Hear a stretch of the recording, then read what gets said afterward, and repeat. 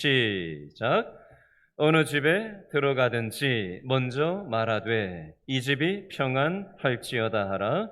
만일 평안을 받을 사람이 거기 있으면 너희의 평안이 그에게 머물 것이요 그렇지 않으면 너희에게로 돌아오리라. 아멘. 얼마 전에도 제가 이 말씀 가지고 말씀 전했던 적이 있었는데요. 우리 옛날 어른들은 다른 집에 이렇게 가게 되는 일이 있으면 기도부터 하시는 분들이 참 많았습니다. 근데 요즘은 다른 사람들 집을 이렇게 방문해 가지고 기도하는 것을 좀 잘 찾아보기가 어려운 것 같아요. 우리가 사람 누군가의 집에 갔을 때 그 사람 거기에 살고 있는 사람에게만 초점을 맞추는 것이 아니라 이 가정에 하나님께서 역사해 달라고 하는 그 믿음의 시각을 가지고 우리가 태도를 취하는 것이 굉장히 중요합니다. 자, 오늘 이 말씀을 가지고 우리가 좀 말씀을 나누려고 하는데요. 어느 부부의 결혼 기념일이었습니다. 출근하려고 하는 남편이 아내한테 이렇게 얘기를 합니다.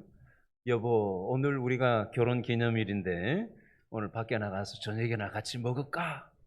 이러고 결혼 기념일을 남편이 기억을 해주는 남편이 있었어요. 저는 자주 까먹는데 이 남편은 아주 좋은 남편이에요. 그래서 이 아내가 이렇게 얘기를 해주니까 얼마나 행복했겠어요. 그래서 속으로 생각을 하는 거죠. 이 남자하고 결혼하기를 참 잘했구나. 그러고는 기쁜 마음으로, 행복한 마음으로 이제 남편이 저녁에 퇴근하기를 기다리면서 어떤 옷을 입고 나갈까? 오늘 드레스 코드를 어떻게 맞출까? 이렇게 궁리를 하는 거죠. 이 궁리 저 궁리 하다가 뭘 입을까 고민을 하다가 회사에서 일하고 있는 남편한테 전화를 건 거예요. 여보, 나 오늘 뭐 입고 나갈까? 내가 옛날에 입었던 빨간 스커트 그거 입고 나갈까? 이렇게 얘기를 한 거예요. 그랬더니 남편이 뭐라고 얘기했을까요? 이렇게 얘기했다고 합니다. 쇼다리인 주제에 무슨 빨간 스커트? 이렇게 얘기해. 다리가 짧은데 무슨 빨간 스커트? 나이가 몇인데 그런 걸 입어? 뭐 이런 식으로 얘기를 한 거죠.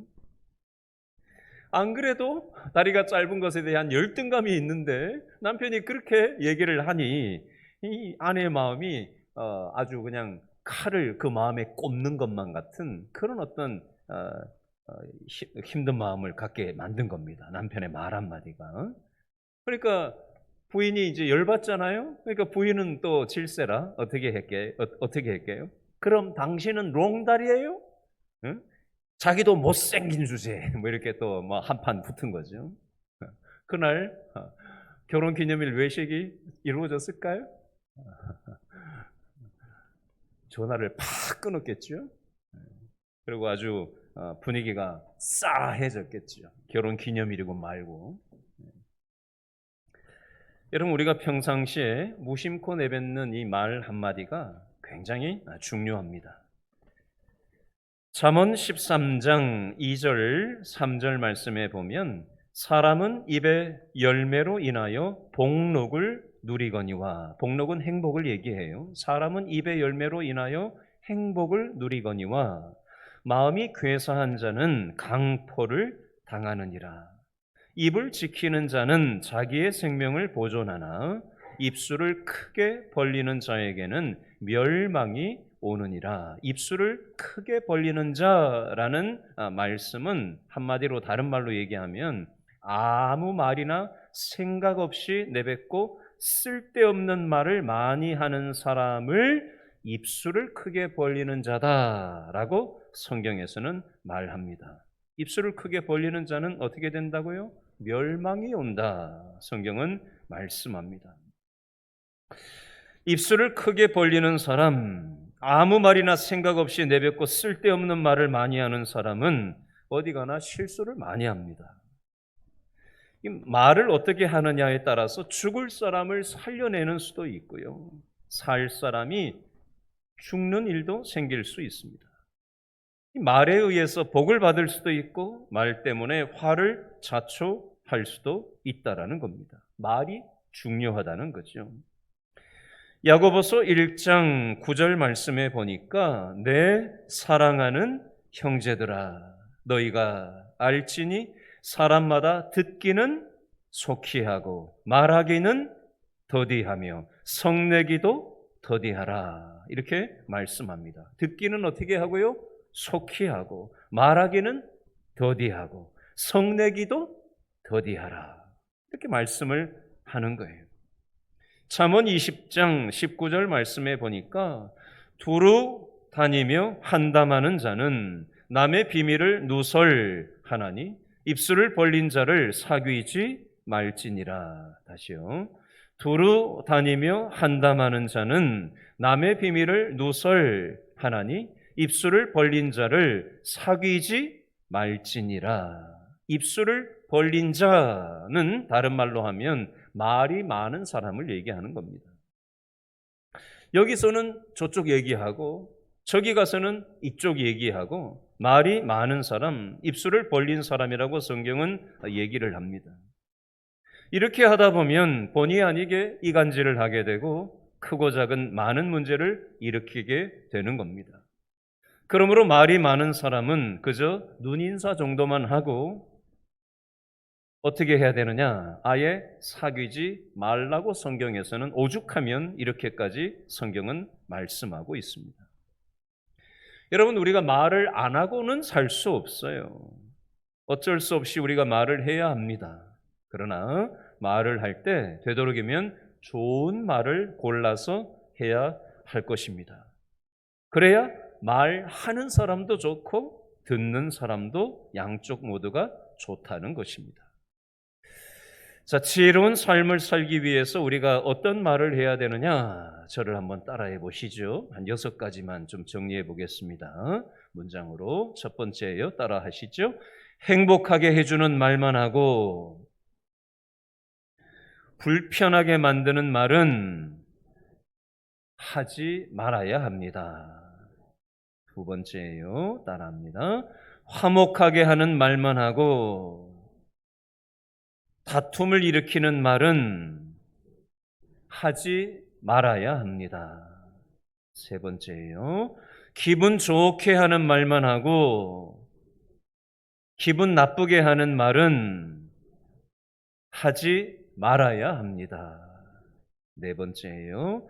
기쁘게 해주는 말만 하고 화나게 하는 말은 하지 말아야 합니다. 다섯 번째예요. 축복의 말만 하고 저주의 말은 하지 말아야 합니다. 여섯 번째예요. 사람을 살리는 말만 하고 사람을 죽이는 말은 하지 말아야 합니다. 여러분, 기분 좋은 말을 들어야, 좋은 말을 들어야 우리의 기분이 좋아지고요. 또 소화도 잘 되고요. 혈액순환도 잘 돼요. 몸과 마음이 건강해지고요. 살 맛이 납니다. 그런데 반대로 안 좋은 말을 듣는다고 생각해 보세요. 기분이 나빠요. 소화도 잘 안 됩니다. 혈액순환도 잘 안 돼요. 몸과 마음도 건강해지지 못합니다. 살 맛이 없어지게 돼 있어요. 그러므로 우리의 말을 우리는 조심해서 해야 할 것입니다. 예를 들어 보겠습니다. 시골 마을에 한 농부의 아내가 동네에 있는 나이 많은 목사님을 헐뜯는 고약한 말을 하고 다녔다고 합니다. 작은 마을이다 보니까 이 소문이 금방 쫙 퍼졌대요. 얼마 후에 이 여인이 자기가 잘못한 것을 깨닫고 목사님을 찾아가서 용서를 빌었다고 합니다. 이 나이 많은 목사님이 이렇게 얘기했대요. 당신은 저의 한 가지 바람을 따라준다면 기꺼이 당신을 용서하겠습니다. 그래서 이 여인이 그렇게 하겠다고 답했대요. 목사님이 이렇게 시켰답니다. 집에 돌아가서 검은 암탉 한 마리를 잡아서 그 깃털을 모조리 뽑아다가 그것을 바구니에 담아서 나한테 가지고 오세요. 이렇게 얘기했대요. 그랬더니 한참 시간이 지나고는 바구니에다가 닭털을 담아온 이 여인에게 이렇게 얘기했다고 합니다. 이제 마을로 가서 마을 곳곳에다가 이 깃털을 다 뿌리고 돌아오시오. 이렇게 얘기를 했대요. 그랬더니 이 여인이 고개를 끄덕끄덕하고는 그렇게 하겠노라고 하고 밖에 나갔대요. 그리고 다시 돌아온 이 여인에게 목사님은 또 한마디를 했는데 이렇게 얘기했답니다. 이제 다시 마을로 돌아가서 그 깃털을 몽땅 모아 오십시오. 그래서 이 여인이 깜짝 놀라면서 목사님 그건 불가능해요. 왜냐하면 그 깃털들이 바람에 다 동네 사방으로 다 날아가 가지고 그거 어떻게 다 그걸 하나도 빠짐없이 모아올 수 있겠어요? 이렇게 얘기했답니다. 목사님이 이렇게 얘기했답니다. 제가 당신을 용서할 수는 있지만 당신이 말한 그 거짓된 말들이 일으킨 엄청난 피해를 취소할 길이 없다는 사실을 명심하고 살아가십시오. 이렇게 훈계를 하고 돌려보냈다고 합니다. 여러분, 한 번 쏟은 물은 주워 담을 수 없는 것처럼 남을 헐뜯는 말로 인해서 생긴 그 상처의 흔적은 아주 없애버릴 수 없다라는 이치가 되겠습니다. 여러분, 잠언 11장 11절 말씀에 보면 이런 말씀이 있어요. 성읍은 정직한 자의 축복으로 인하여 진흥하고 악한 자의 입으로 말미암아 무너지느니라. 좀 전에 황희찬 장로님 나라와 민족을 위해서 기도하셨는데 지금 뉴스를 틀면 얼마나 부정적인 뉴스가 많은지 몰라요. 그렇죠? 이쪽 대선 주자는 저쪽 대선 주자를 욕하고 저쪽 대선 주자는 이쪽 대선 주자를 욕하고 대선 토론 1차 나와서 2차 나와서 3차 나와서 계속 하는 일들이 정책에 대해서 얘기하는 건 제대로 없고 계속해서 다른 사람의 약점을 후벼 파고 네가 잘했냐 내가 잘했냐 계속해서 부정적인 얘기를 하는 것들을 우리는 보고 있습니다. 여러분, 우리는 축복하는 말을 해야 되는데 자꾸 부정적인 것만 후벼 파요. 여러분, 나라를 일으키는 말이 있고요. 나라를 망하게 하는 말도 있습니다. 오늘날 언론에서 뉴스에서 좋은 소식보다는 나쁜 소식들이 넘쳐나고 있습니다. 계속해서 부정적인 뉴스들, 나쁜 소식들, 수많은 범죄들을 우리는 접하면서 그런 맨날 안 좋은 소식만 듣다 보니 우리는 한숨만 팍팍 나오는 거예요. 정치의 현실을 봐도 한숨이 팍팍 나오고 뉴스를 틀 때마다 그냥 한숨이 그냥 팍팍 나오는 거죠. 뭔가 좀 꿈을 주고 희망을 주는 뉴스는 없고 온통 그냥 부정적인 뉴스만 정치고 의료고 교육이고 외교고 뭐 어느 분야 할 것 없이 우리를 한숨 나게 만드는 부정적인 뉴스 투성입니다. 여러분, 베드로전서 3장 9절부터 11절 말씀에 보면 이런 말씀이 있어요. 악을 악으로 욕을 욕으로 갚지 말고 도리어 복을 빌라. 이를 위하여 너희가 부르심을 받았으니 이는 복을 이어받게 하려 하심이라. 그러므로 생명을 사랑하고 좋은 날 보기를 원하는 자는 혀를 금하여 악한 말을 그치며 그 입술로 거짓을 말하지 말고 악에서 떠나 선을 행하고 화평을 구하며 그것을 따르라. 이런 말씀이 있어요. 여러분, 우리 믿음의 사람들은 좋은 말, 축복의 말을 하면서 살도록 부름을 받았습니다. 저를 한번 따라해 주시기 바랍니다.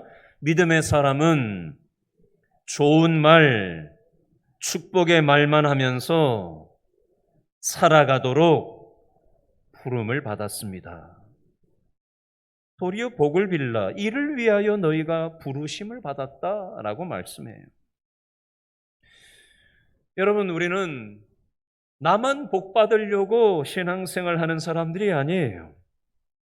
나하고 연결되어져 있는 하나님 알지 못하는 내 가족들, 나와 연결되어져 있는 내 직장 동료들, 나와 연결되어져 있는 우리의 옆집 사람들을 하나님께서는 축복하면서 살도록 우리가 부름을 받은 존재들이다. 우리가 복의 통로다, 축복의 통로다. 하나님께서는 말씀하는 것입니다. 그러면 복의 통로, 축복의 통로로 살아가도록 부름을 받은 우리들은 어떻게 하면서 살아가야 되나? 세 가지로 정리하겠습니다. 첫 번째로 저를 따라 하시죠. 모든 사람을 축복하면서 살아야 합니다. 그 근거 구절이 오늘 누가복음 10장 5절 말씀에 나오는데 누가복음 10장 5절 다시 한번 읽어볼까요? 시작. 어느 집에 들어가든지 먼저 말하되 이 집이 평안할지어다 하라. 누구 집에 들어가더라도 이것은 물리적으로 어떤 사람의 집에 들어갔을 때만 하는 얘기가 아니에요. 내가 맺고 있는 인간관계가 어떤 종류의 인간관계든 사람을 차별하지 말고 나하고 연결된 그 대상을 그 사람이 나한테 잘해주든 그 사람이 나한테 잘해주지 않던 어떤 인간관계에 처해 있을지라도 하나님께서는 그 대상을 향해서 뭐 하라고요? 축복할 것을 말씀하는 겁니다. 내가 상대방을 축복했을 때 상대방이 나한테 어떻게 하는 것과 관계없이 그 대상을 향해서 믿음으로 축복을 할 때 그 사람이 그 축복을 받을 그릇이 되면 그 축복을 그 사람이 받을 것이고 그 사람이 축복을 받을 마음의 자세가 되어 있지 않는 그릇이라면 그 빈 축복이 누구에게 돌아온다? 나에게 돌아온다. 누가복음 10장 6절에서 말씀하는 겁니다. 누가복음 10장 6절 다 같이 읽습니다. 시작. 만일 평안을 받을 사람이 거기 있으면 너희의 평안이 그에게 머물 것이요 그렇지 않으면 너희에게로 돌아오리라. 이 말씀이에요.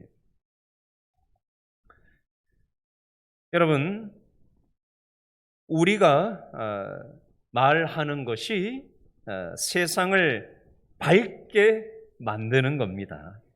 죄로 인해서 오염된 이 세상이에요. 죄의 바이러스에 감염된 세상이라고요.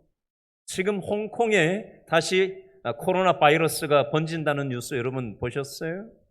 대만에 지금 코로나 바이러스가 지금 급증하고 있다는 뉴스 보셨어요? 싱가포르에 지금 코로나 바이러스가 급증한다는 뉴스 보셨냐고요? 지금 막 급증하고 있습니다. 우리나라는 아직은 괜찮다고 하는데 지금 어떻게 될지 모르겠다고 지금 아시아에 지금 굉장히 코로나 바이러스가 지금 폭증하고 있다고 이 3개국을 중심으로 지금 막 지금 증가하고 있다고 많은 사람들이 지금 죽어나가고 있다는 뉴스가 지금 막 나오고 있어요. 여러분 전염병만 그런 게 아니죠. 그렇죠? 우리의 말로 인해서 사람들을 살릴 수도 있고 죽일 수도 있는 겁니다. 살만 나게 만들 수도 있고 죽고 싶은 마음이 나게 만들 수도 있는 것입니다. 하나님은 우리의 말을 통해서 축복의 통로로 하나님은 사용하기를 원하신다는 겁니다. 이 죄의 바이러스에 감염된 인류가 그죠? 한숨 나는 일들이 얼마나 많냐고요. 우리의 정치 현실이. 그렇죠? 경기가 얼마나 안 좋아요. 그래서 우리가 얼마나 한숨 나게 만드는 경제 형편 속에 놓여져 있냐고요. 우리 자식들이 앞으로 살아갈 세상이 도대체 어떻게 될지 깝깝하지 않습니까? 여러분, 이 죄 바이러스로 인한 이 수많은 죄의 영향력들이 우리를 한숨 짓게 만들고 낙심하게 만드는 세상을 우리는 살아가고 있습니다. 하나님께서는 우리를 불러내셔서 이 죄 바이러스에 감염된 세상을 축복하고 섬기면서 살라고 우리를 불러주셨어요. 근데 우리는 복만 받으려고 그래요. 더 어떻게 하면 잘 먹고 잘 살 수 있을까? 어떻게 하면 성공할 수 있을까? 믿지 않는 사람들처럼 어떻게 하면은 더 그냥 뭔가 더 많이 움켜질 수 있을까? 이것에만 관심이 있지 축복의 죄 바이러스로 감염된 이 세상을 섬기고 돌보고 책임지는 일들에 대해서는 관심 없이 우리가 살아가고 있지는 않느냐라는 것입니다. 하나님께서 이 직무를 우리에게 맡겨주셨다는 거예요. 세상을 밝게 하고 하나님이 기뻐하시는 일에 순종하는 사람들의 삶을 하나님은 원하신다는 것입니다. 우리가 뭘 해야 될까요? 따라합니다. 축복의 말을 하고 좋은 말을 하게 하는 삶. 하나님은 이걸 통해서 한숨 많은 이 세상, 죄의 바이러스로 감염된 세상을 하나님께서는 살맛 나는 세상으로 하나님은 바꾸어 가기를 원하시는 겁니다. 여러분, 사람이 말을 하는 걸 들어보면 그 사람의 됨됨이를 알 수 있어요. 이 사람이 지혜로운 사람인지 참 어리석은 사람인지 똑똑한 사람인지 아니면 모자라는 사람인지 이 사람이 믿음이 들어가 있는 사람인지 참 믿음이 없는 말을 하는구나 싶은지 말을 하는 걸 들어보면은 그 사람의 됨됨이를 알 수 있어요. 자, 예를 들어 보겠습니다. 어느 목사님이 미국에서 신학교를 다닐 때 철학을 가르쳤던 교수님이 있었다고 해요. 근데 이분이 참 멋있게 생겼답니다. 인격도 좋고 참 좋은 분이었대요. 그래서 여학생들한테 참 인기가 좋았다고 합니다. 그래서 많은 사람들이 야, 저런 교수님하고 살아가는 사모님은 어떤 분인가 궁금했다고 합니다. 그런데 사람들이 깜짝 놀랄 만한 소식을 전해 듣게 된 거예요. 그 잘생기고 인격도 좋고 모든 사람들이 다 흠모하는 그 교수님의 사모님이 꼽추라는 사실을 알게 된 겁니다. 왜 저분이 저 사모님하고 결혼을 해서 이렇게 하게 됐는가 하고 그 스토리를 알고 보니까 옛날 이 교수님이 신학생일 때는 가난한 시절이었는데 점심 식사도 제대로 못할 때가 많았다고 해요. 그래서 점심시간이 되면 시간에 기도실에 가서 기도를 한다거나 또 그냥 풀밭에 앉아서 예수님을 성경책 보면서 예수님을 묵상하는 그런 신학생들이 많이 있었던 시절이라고 합니다.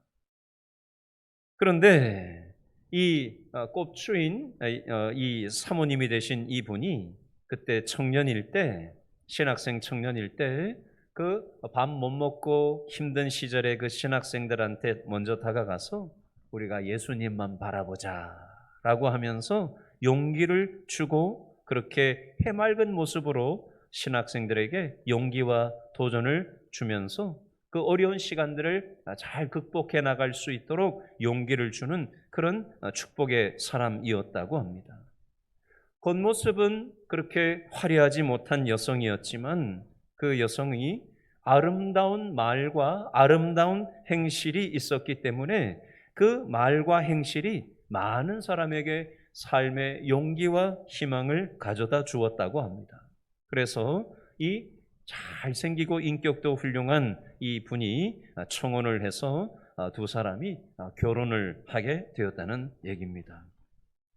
여러분, 오늘 읽은 누가복음 10장 5절 6절 말씀에 보면 축복을 하고 또 복을 빌어주라고 되어 있는데 나한테 잘해주는 사람한테만 복을 빌어주라고 얘기하는 게 아니에요. 복을 받지 못할 못된 사람, 고약한 사람이라고 할지라도 복을 빌어줄 것을 말씀하고 있는 것입니다. 두 번째, 우리의 저를 한번 따라 하시죠. 자녀들을 축복하면서 살아야 합니다. 창세기에 보면 야곱이 12명의 아들들에게 축복을 빌어주는 장면이 나옵니다. 그 야곱이 빈 축복이 그대로 되어지는 장면이 나와요. 우리의 자식들이 부족하고 허물이 많고 속을 썩일지라도 믿음의 말로 하나님 앞에 하나님 주시는 마음으로 축복하며 나아갈 때 하나님께서 그 믿음의 말을 통해서 결국에는 합력하여 선을 이루시는 줄로 여러분 믿으실 수 있기를 바랍니다. 여러분, 저도 젊었을 때 얼마나 부모님 속을 많이 썩였는지 몰라요. 신앙생활도 저는 제대로 안 했던 사람이에요. 그러나 그 부모님들이 믿음으로 눈물로 새벽제단을 쌓고 믿음의 말로 격려하며 인내하며 기다렸습니다. 여러분, 우리는 우리 옆에 있는 사람들을 축복할 필요가 있습니다. 세 번째, 저를 따라해 주시기 바랍니다. 부부 사이에도 서로 축복하며 살아야 합니다. 여러분, 배우자를 바라보면 살면 살수록 부족한 투성이가 많이 보일 겁니다. 그러나 그 부족한 것을 후벼파면 후벼팔수록 우리의 결혼 생활은 불행하게 될 것입니다. 그러나 부족하지 않은 사람이 어느 사람이 있겠어요? 남의 남편이 좋아 보이고 남의 아내가 좋아 보이는 겁니다. 멀리 있는 사람이 점수가 높게 책정이 돼요. 여러분, 산도 제가 성지 예루살렘 이스라엘을 시내산을 올라가 봤는데 그 거룩한 산 시내산에 여러분 꼭대기에 올라가면 똥을 싸놨어요, 사람들이. 제가 깜짝 놀랐어요, 그 모습을 보고. 제 어떤 선입견이 와장창 깨졌다니까요. 내가 생각하는 그 거룩한 산에 똥을 싸놨다? 상상도 하지 못한 일이었어요. 여러분, 멀리서 보일 때는 말끔하게 산이 보이는 겁니다. 그러나 그 산 안으로 들어가 보세요. 쓰레기가 얼마나 많은지. 사람도 마찬가지예요. 멀리 있는 사람이 점수가 높아요. 가까이 지내보세요. 그렇게 냄새나고 구린내가 나는 게 많이 있습니다. 그게 배우자도 그렇고요. 알면 알수록 부족함이 많이 보이게 되어져 있습니다. 그러나 그럼에도 불구하고 하나님께서 뭐라고 얘기하세요? 부부 사이에도 부족한 게 없기 때문에 축복하는 게 아니에요. 부족해도, 저를 따라 하시죠? 부족해도 축복하면서 살면 행복해집니다. 부족해도 서로를 칭찬하고 축복하고 격려하며 하나님의 마음으로 다가가면 하나님께서 기뻐하시는 아름다운 가정으로 세워질 수 있다라는 것입니다. 이 사실을 기억하고 믿음으로 배우자를 축복하고 자식들을 축복하고 나하고 연결된 사람이 나한테 잘해주든 잘해주지 않든 믿음의 말로 축복하며 나아갈 때 하나님께서 이 모든 것이 합력하여 선을 이루게 하실 줄로 믿고 나아가는 저와 여러분 될 수 있기를 바랍니다. 기도하겠습니다.